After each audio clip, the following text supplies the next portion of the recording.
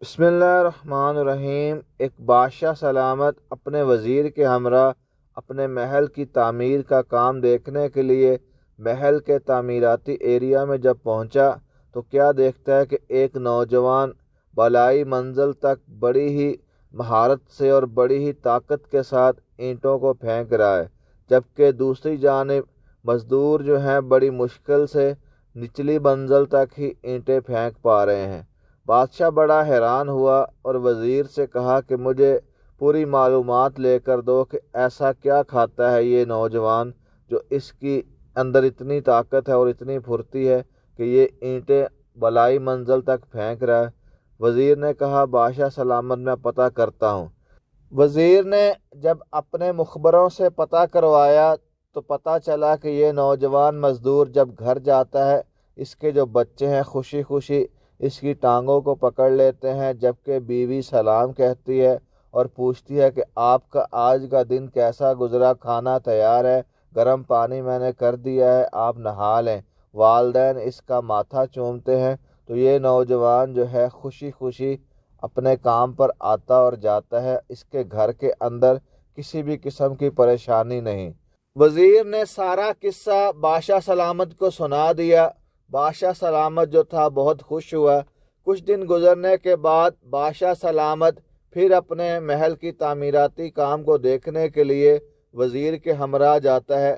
اس بار اسی نوجوان پر جب نظر پڑتی ہے تو وہ اینٹیں اٹھا نہیں پا رہا، بڑی مشکل کے ساتھ تھکن کے ساتھ وہ کام کر رہا تھا۔ بادشاہ بڑا حیران ہوا اور تجسس میں چلا گیا۔ وزیر سے پوچھا کہ پتہ کرواؤ کہ اس مزدور کو کیا ہوا ہے۔ کچھ دن پہلے تک تو یہ بڑا خوش تھا، بہت طاقتور صحت مند تھا۔ وزیر نے کہا میں پتہ کرواتا ہوں۔ وزیر نے جب اپنے مخبروں سے پتہ کروایا تو اس کے مخبروں نے بتایا کہ ایک چغل خور عورت نے مزدور کی بیوی سے جا کر کہا کہ تمہارے جو شوہر ہے اس کے ناجائز تعلقات ہیں عورتوں کے ساتھ۔ یہ سننا تھا کہ اس کی بیوی نے سر پر کپڑا باندھ لیا اور والدین کو کھانا تک نہیں دیا، بچے بھی بھوک سے نڈھال ہو کر رو رہے ہیں اور بیوی اپنا لیٹی ہوئی ہے اور آنسو بہائے جا رہی ہے۔ شوہر جب گھر آیا اس کو کسی نے نہیں پوچھا، نہ سلام نہ دعا۔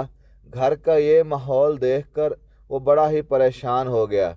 تو وزیر کو جب یہ بات پتہ چلی تو اس نے بادشاہ سلامت کے سامنے یہ بات سنا دی۔ انسان اسی وقت تک صحت مند اور تندرست رہتا ہے جب تک اس کے پاس خوشی ہوتی ہے اور سکون ہوتا ہے۔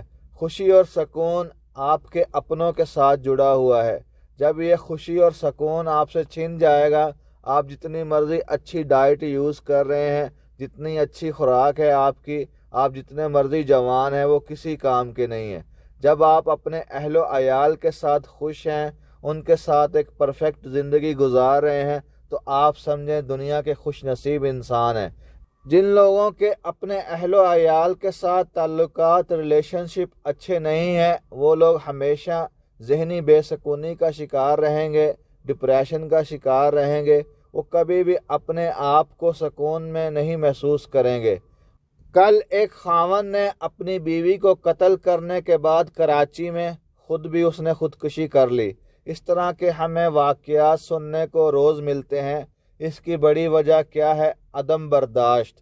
جب میاں اور بیوی دونوں میں عدم برداشت کی کمی ہوگی تو یہ جو معاملات ہیں ان میں خلل پیدا ہوگا، آپ کا رشتہ جو ہے اچھا نہیں رہے گا۔ بیوی کو چاہیے کہ وہ بھی تحمل مزاج بنے۔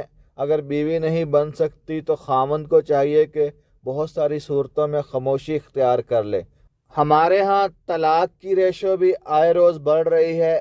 اس کی بھی یہی وجہ ہے کہ جب خاوند اور بیوی میں تعلقات اچھے نہیں ہوں گے، دونوں جب ایک دوسرے سے بیزار ہو جائیں گے تو اس چیز میں خوبصورتی کہاں رہے گی۔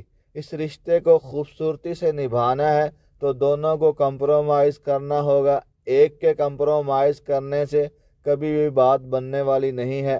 اللہ تعالیٰ نے ان رشتوں کو جو ہے بڑی ہی خوبصورتی کے ساتھ بنایا ہے، لہٰذا انہی کے ساتھ خوش رہیں، خوش رہنا سیکھیں، اور اسی میں آپ کی زندگی کا چارم ہے۔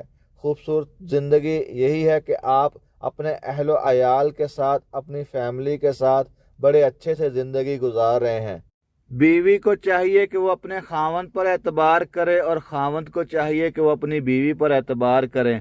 اگر کوئی غلط فہمیاں پیدا ہو گئی ہیں تو ان کو ڈسکس کر لینا چاہیے۔ جو لوگ دل میں لے کر پھرتے رہتے ہیں، دل میں رکھ لیتے ہیں خاوند اور بیوی، ان میں ہمیشہ لڑائی اور جھگڑا ہی رہے گا۔ بہت ساری بہانے بنا کر یا شوہر لڑے گا یا بیوی لڑے گی، اور یوں تعلقات جو ہیں وہ خراب ہو جائیں گے۔ گھروں میں اونچ نیچ ہوتی ہے، بہت ساری غلط فہمیاں پیدا ہوتی ہیں اور ختم بھی ہو جاتی ہیں۔ جب تک انسان شیئر نہیں کرے گا ایک دوسرے کے ساتھ، تعلقات اچھے ہونے والے